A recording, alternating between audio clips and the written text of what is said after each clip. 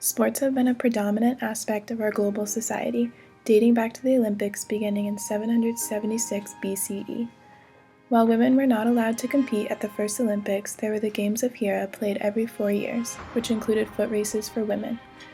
Female participation in sports experienced little significant progress until the 20th century, although some centuries beforehand did witness important female athletic events.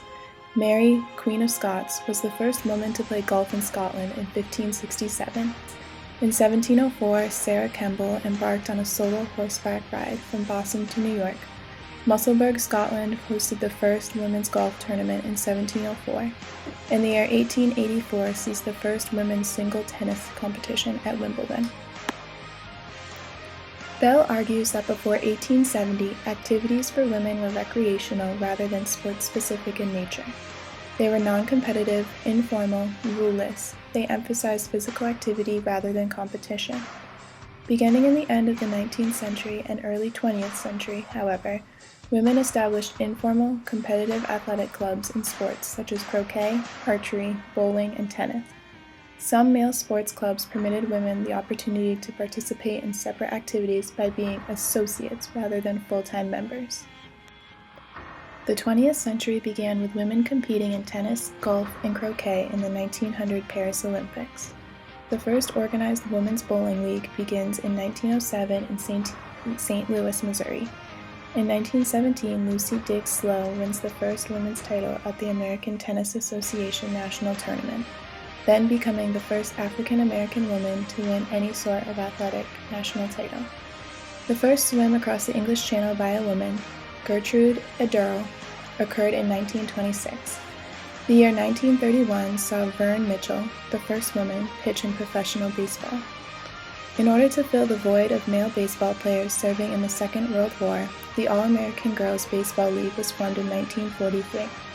The Ladies Professional Golf Association was founded in 1948 by Patty Berg and others. Althea Gibson wins the French Championship in tennis in 1956, becoming the first black person to win a tennis Grand Slam title. In the 1960 Rome Olympics, Wilma Rudolph became the first woman to win 3 gold medals in track and field. What truly revolutionized the participation of women in sports, specifically in American society, was the passage and implementation of Title IX, legislation that required American society to recognize a woman's right to participate in sports on a plane equal to that of men. Title IX originates from the 1970 Education Amendments, specifically working as a federal law that prohibits discrimination on the basis of sex in any federal-funded education program or activity. There are exceptions, but generally all educational programs and activities that are federally funded all under Title IX's jurisdiction. The implications of Title IX meant that schools could not use federal money to discriminate against either sex, thus promoting equality, at least in spending, in educational programs. The area in which Title IX is most commonly discussed is in school athletic programs. Because of this legislation, schools are required to provide equal funding to both men's and women's sports programs. This, in turn, has increased female participation, both in high school and collegiate athletics, as demonstrated by statistics.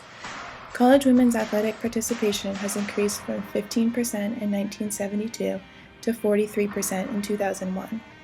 High school girls' athletic participation increased from 295,000 in 1971 to 2.8 million in 2002 to 2003, an increase of over 840%. In 2004, the average number of teams offered for females per college university was 8.32, up from 2.5 per school in 1972. The history of women in sports has been a result of prevailing societal stereotypes that shape perspectives on women's ability to participate. For example, a predominant 1800s theory centered on the idea of a fixed amount of energy for each individual, and to engage in both intellectual and physical tasks was potentially dangerous for health. This led to the belief that women should avoid exerting themselves, and instead should participate in snowboarding, swimming, and horseback riding for pleasure. Intense physical activity for women was thought to be especially hazardous because during menstruation, she was periodically weakened. In Dr. Edward Clarke's Sex and Education, or A Fair Chance for Girls, he wrote, "Both muscular and brain labor must be reduced at the onset of menstruation. These kinds of biological and scientific manipulations created the long-lasting prejudice against women, in spite of repeated examples of women who were perfectly capable of performing physical feats and intellectual tasks. Because of physical differences between men and women, there is a prevailing belief that women are not capable of participating in the same sports. For example, women are more readily accepted into golf and tennis because they are not contact sports, making them considered less aggressive than team sports. Women who do play aggressive sports, in turn, are viewed by society as masculine and thus often as homosexual. Given the history and consequent gender stereotypes related to females participating in sports, our committee has decided to take on the task of raising awareness of the issue through a combination of research and personal experiences with females in athletics. We decided to investigate the history of women in sports and then to supplement that information with interviews from a coach, athletic trainer, and both male and female athletes. The end result is a video encompassing all of this information. We hope that our viewers not only learn about the issue, but we will encourage female athletes, especially youth, to participate in sports they want to play, regardless of the societal stigmas surrounding them. Inspiring. Confident. Martin, fun. Equal. Resilient. Powerful. Competitor. Basketball person. Brave. Tough. Ambitious. Strong. Underrated. Female athlete is strong. Cool. An athlete.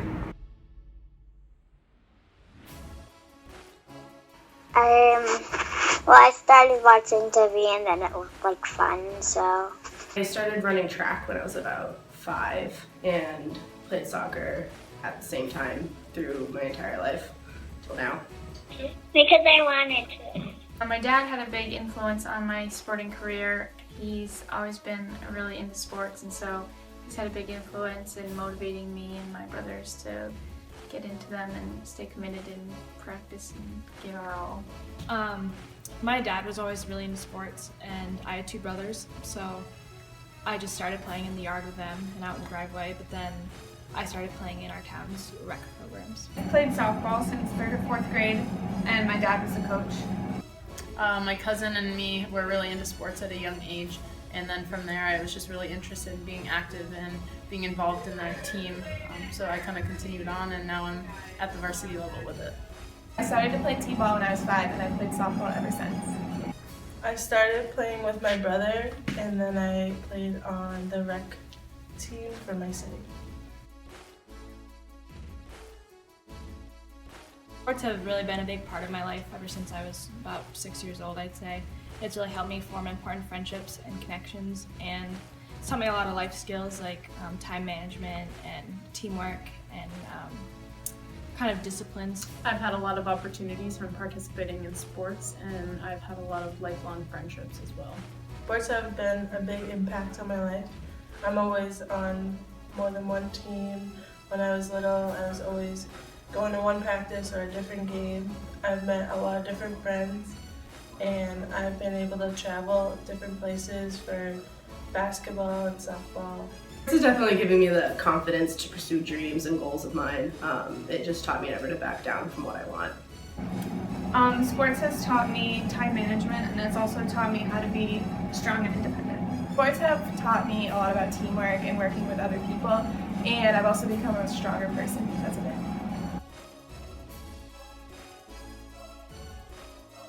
I have been stereotyped as being lesbian, being unfeminine, being competitive, being bitchy, being unorthodox. I don't know if that's a stereotype, but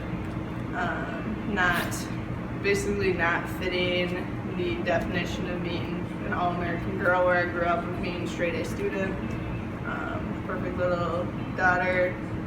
In sports, like, women definitely tend to be looked as lesser or weaker than, but whenever I play, you can tell it's not true. As a coach, I've kind of been seen as a last resort because I am a young woman, and a lot of the time they'll ask me like, oh, how did you end up doing this, and did the other coach quit, like how did you get here? I've been told that I don't really seem like I know what I'm doing, and I'm not really given a fair shot because I am such a young female coaching other young women. Some stereotypes that I've been subjected to connecting to softball would be boys not thinking I can throw as far as them because they're boys so they can throw further, or hitting a ball, they can hit it farther and harder and are stronger, so I'm not as strong as them. Anytime I try to play sports with boys, it's usually like you don't get the ball passed to you because they don't trust you with it, or they don't think you're strong enough, or they don't think you're quick enough. And I might not be compared to some boys, but I definitely am compared to others. Definitely been thought of as less than or weaker than my male counterparts, but coming from an all-women's environment, we were taught to ignore those stereotypes. Most of the stereotypes have come from being a girl in sports, not having the same expectations on you as boys. I've also been compared to my brother a lot in the different sports that we both played. A lot of boys think that I'm weaker or I can't throw as hard as them, even though that's not true, but they're just saying that because of the gender stereotypes. That girls' sports are very weak and that they can't play with guys and they're just very weak competitors. I chose to basically go into athletic training and remain in sports, mostly because when I was a college athlete myself, my athletic trainer had a huge influence on me in terms of how my career went. Probably seeing the worst sides of me as an athlete and always believing that I could be better than what I was. And just the idea of being able to give that back to something that gave me so many opportunity in terms of playing collegiate sports, the opportunities I had as an athlete, even at the high school level, and just being able to give that back to people around me was probably the biggest drive to remain in sports, on top of the fact that being around athletes, as annoying and as obnoxious as it can be sometimes, they're still probably the best population I can think of to have to work with every day. I've started to pursue a career in sports because there aren't a lot of young women doing this, and we don't get a lot of opportunities, so I've kind of jumped on that opportunity because I want young women to have the opportunity that I didn't have and be taught by a girl and have somebody who can relate to them. I believe that athletics complements the classroom and is a direct impact on students in high impact learning practices. So sometimes we get to trick students into thinking that they're having fun while they're actually learning, and that's where the magic happens in education. Yes, I think I can play with boys. I don't think there's a problem with it, as long as everyone wants to play. Yes. Totally. I believe that they should play. They can play together if they want to play a contact sport like football or lacrosse, whatever. As long as they can handle it, then they should be able to do it. Absolutely.